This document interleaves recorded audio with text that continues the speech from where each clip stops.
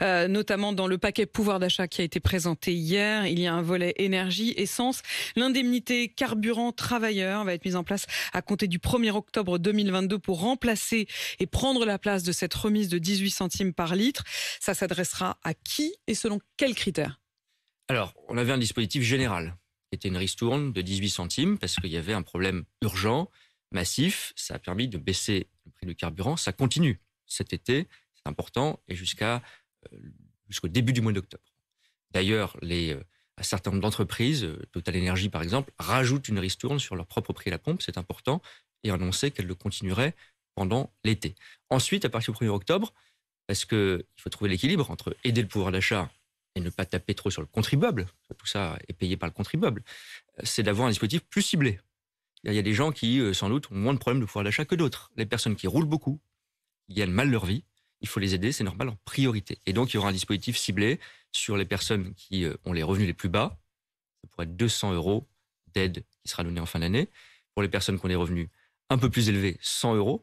C'est par décile d'impôt, je ne rentre pas dans le détail. Et pour les personnes... C'est quoi comme revenu? Quand vous dites, est-ce que vous avez une fourchette? Est-ce que vous avez un maximum, un plafond? C'est les trois premiers déciles d'impôt, donc chacun le voit sur sa feuille d'impôt. Donc, en gros, c'est les personnes qui vont gagner jusqu'à 2 à 3 000 € par mois qui vont bénéficier principalement de cette... Jusqu'à 2 à 3 000 € par mois. Les foyers. Foyer, d'accord. Donc, c'est pas par personne. Les foyers, exactement. Chacun, il faut regarder les... Mais une personne seule qui constitue à elle seule un foyer et qui gagnerait entre 2 et 3 000 €, ça marche? Ça ne sera pas le maximum de la ristourne. Ça ne sera pas le maximum des 200 €.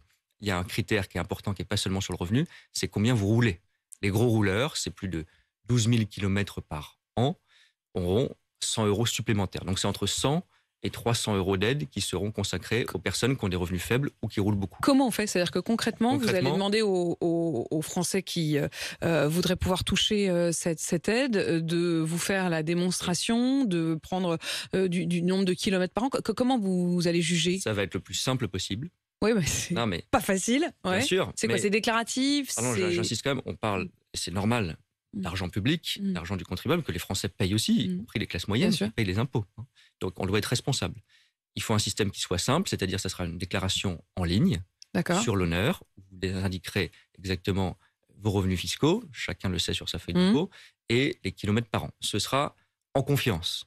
C'est les kilomètres par an, c'est pas les kilomètres, par exemple, vous ne devrez pas justifier de la distance entre votre habitation et votre travail, par exemple. Il y aura un site internet qui va être ouvert bientôt, il y aura quelques indications à remplir, ce sera le plus simple possible, c'est ce sur quoi travaille aujourd'hui le ministère des Finances. Est-ce que ceux qui ont, par exemple, l'option, qui auraient la possibilité de prendre des transports publics, mais qui choisissent de prendre la voiture, vous n'allez pas regarder s'ils auraient pu faire autrement? On va faire le plus simple possible et pas rentrer dans l'usine à gaz. Il y aura des contrôles fiscaux a posteriori pour vérifier que les éléments qui ont été déclarés de bonne foi sont vrais. C'est-à-dire les revenus, à l'évidence, ça se vérifie facilement. Et puis le nombre de kilomètres par an, par les entreprises d'assurance en particulier, on a les moyens de savoir. Bon, on ne va pas vérifier au cas par cas s'il y avait une alternative juste à côté ou pas.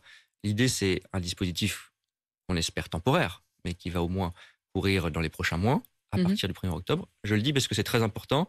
C'est pas de la paperasse éternelle, c'est en ligne, simple et sur l'honneur.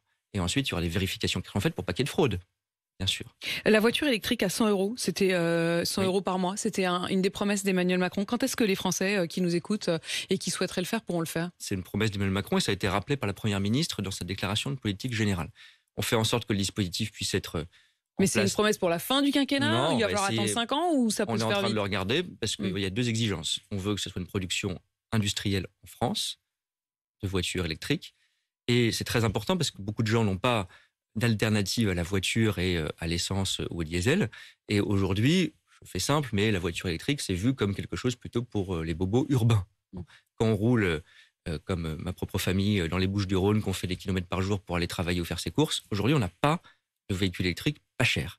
Et donc, ça va être construit d'ici la fin de l'année. J'espère qu'on pourra commencer ce dispositif en cours d'année prochaine. C'est le but en tout cas. En cours d'année prochaine, on peut imaginer que ceux qui en feront la demande puissent obtenir... Pour être clair, ça montera sans doute en puissance progressivement. Il faudra peut-être des expérimentations locales. Mais en tout cas, il faut qu'on développe une filière industrielle et il faut qu'on mette en place ce mécanisme de leasing. Donc ça ne se fait pas en 2 mois. faut être très honnête, mais j'espère que dans les... Mais en même temps, il y a urgence quand même quand on écoute la situation, quand on regarde le prix à la pompe, on se dit que ça serait une des solutions. Bien sûr, mais c'est pour ça qu'on prend des mesures d'urgence sur le carburant, parce que quand il n'y a pas d'alternative, il ne faut pas pénaliser les gens qui veulent aller bosser. On fait cette ristourne de carburant. C'est pour ça qu'il y a déjà des choses. Des bonus d'achat, des bonus à la conversion. Les véhicules électriques, leur achat est aidé par l'État et parfois par les régions. Et puis nous rajoutons ce dispositif, j'espère, en cours l'année prochaine, parce qu'il sera, lui, pérenne et très important pour transformer les usages de la voiture.